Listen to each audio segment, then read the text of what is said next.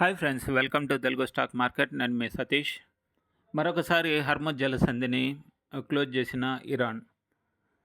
దీనికి ప్రతీకగా అమెరికా వారైతే ఇరాన్పై దాడులు చేయడం స్టార్ట్ చేసింది.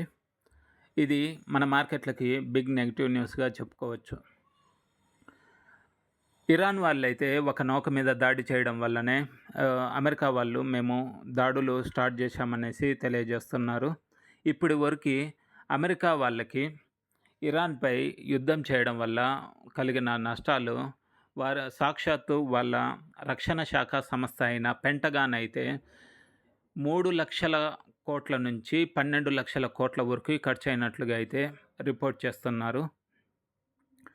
అమెరికాలోని స్వచ్ఛంద సంస్థలు అయితే ఇప్పటి వరకు అమెరికా 95 లక్షల కోట్ల వరకు ఇరాన్పై యుద్ధం చేయడం వల్ల వారికి కలిగిన నష్టము, ఆయుధాల ఖర్చులు వీటన్నిటినీ 95 లక్షల కోట్ల వరకు అయ్యిందనేసి రిపోర్ట్ చేస్తున్నారు.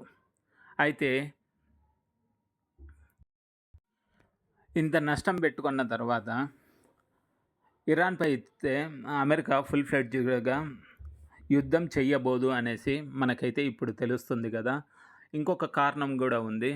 అమెరికాకు పర్ ఇయర్ వారి యొక్క జీడిపి వచ్చేసి 32 ట్రిలియన్ క్రోర్స్ వస్తున్నప్పటికీ వారి యొక్క అప్పులు డెట్ 59 ట్రిలియన్ క్రోర్స్ అయితే ఉంది. అంటే పర్ ఇయర్ వారు ఓన్లీ ఇంట్రెస్ట్కే 7 ట్రిలియన్ క్రోర్స్ అయితే పే చేయవలసి ఉంటుంది. దీనివల్ల ఇప్పుడు అమెరికా అయితే ఫుల్ ఫ్లెడ్జ్డ్గా ఇరాన్పై దాడి చేసే ఆస్కారం అయితే లేదు. కానీ అమెరికా ఎందుకు ఇరాన్తో యుద్ధము కొనసాగిస్తుంది?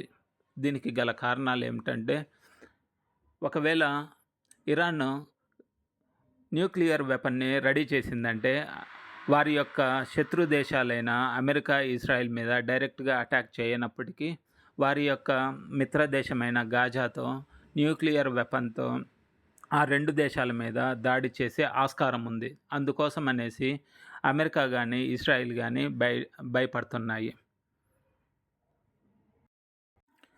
ఫిబ్రవరి 28వ తేదీ నుంచి ఇప్పటి వరకు ఇరాన్పై అమెరికా యుద్ధం చేయడం వల్ల ప్రపంచ దేశంలోనే అన్ని మార్కెట్లు డౌన్ అయినప్పటికీ కూడా, నష్టాలు చవిచూసినప్పటికీ కూడా ఒక వ్యక్తికి మాత్రము భారీ లాభాలు అయితే రావడం జరిగింది. అతను ఎవరో కాదు, ట్రంప్.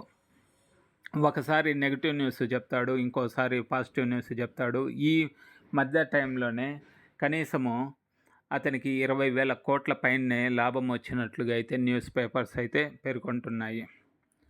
ఇక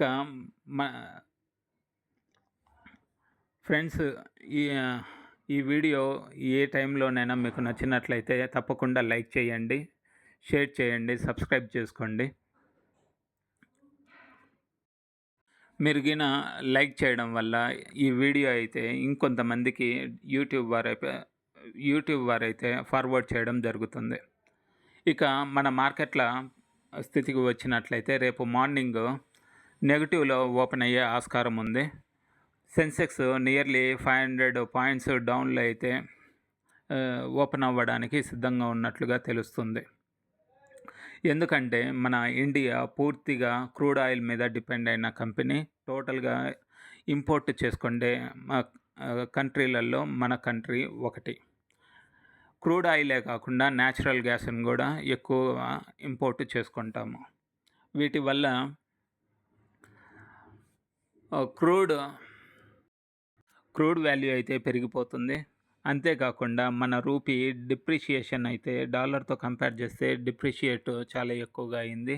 నియర్లీ 95.5 పైసా దగ్గర అయితే ఉన్నట్లుగా తెలుస్తుంది. సో రేపు మార్కెట్లో డౌన్ అవడానికే చాలా ఎక్కువ ఆస్కారం ఉంది. కానీ మన కంపెనీలు అయితే మంచి రిజల్ట్స్ని పోస్ట్ చేస్తున్నాయి. రేపు SCL రిజల్ట్స్ అయితే ఉన్నాయి. ఆ కంపెనీ రిజల్ట్స్ గిన బాగా వచ్చినట్లయితే మళ్ళీ మన సెన్సెక్స్ నిఫ్టీలలో కొంచెము అప్ మూవ్ చూడడానికి ఆస్కారం అయితే ఉంటుంది. Thank you friends. ఈ వీడియో నచ్చినట్లయితే లైక్ చేయండి, షేర్ చేయండి, సబ్స్క్రైబ్ చేసుకోండి. మీ సతీష్.